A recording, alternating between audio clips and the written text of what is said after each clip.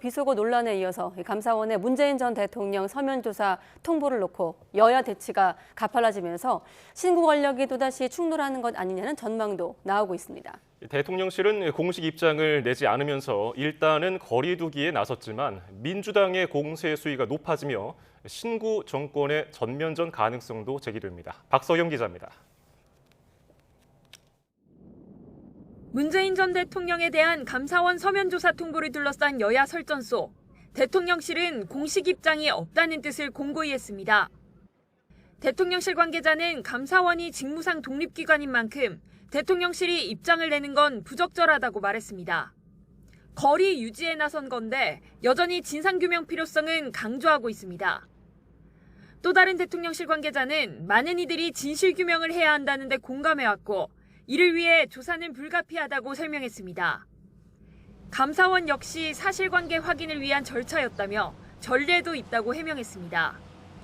구체적으로는 지난 1993년 율곡비리 관련 노태우 전 대통령, 지난 1998년 외환위기 관련 김영삼 전 대통령에게 질문서를 보내 답변을 받았고 이명박 전 대통령에게는 4대강 의혹에 대해 박근혜 전 대통령에게는 국방 관련 질문서를 전달하려 했지만 수령을 거부당했다고 밝혔습니다.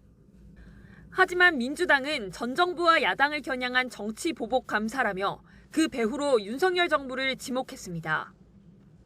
서해 사건과 연관돼 있다는 인상을 심어주려는 것, 모욕 주려는 마음만 급했던 것 아닌가. 윤석열 대통령이 휘두르는 칼날은 결국 윤석열 대통령의 발등에 꽂힐 것이라는 점을 분명히 밝혀둔다. 이번 서면조사 통보뿐 아니라 전 정부 태양광 사업 등 전방위적 포괄적 감사가 이뤄지고 있다는 건데 실제 윤 대통령도 진상규명 필요성을 강조하기도 했습니다. 헬스가 어려운 분들을 위한 복지 또 그분들을 지원하는 데 쓰여야 될 돈들이 이런 이권 카르텔의 비리에 사용되었다는 것이 참 개탄스럽습니다.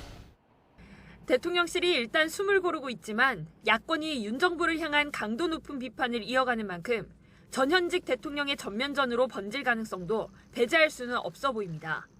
YTN 박서경입니다.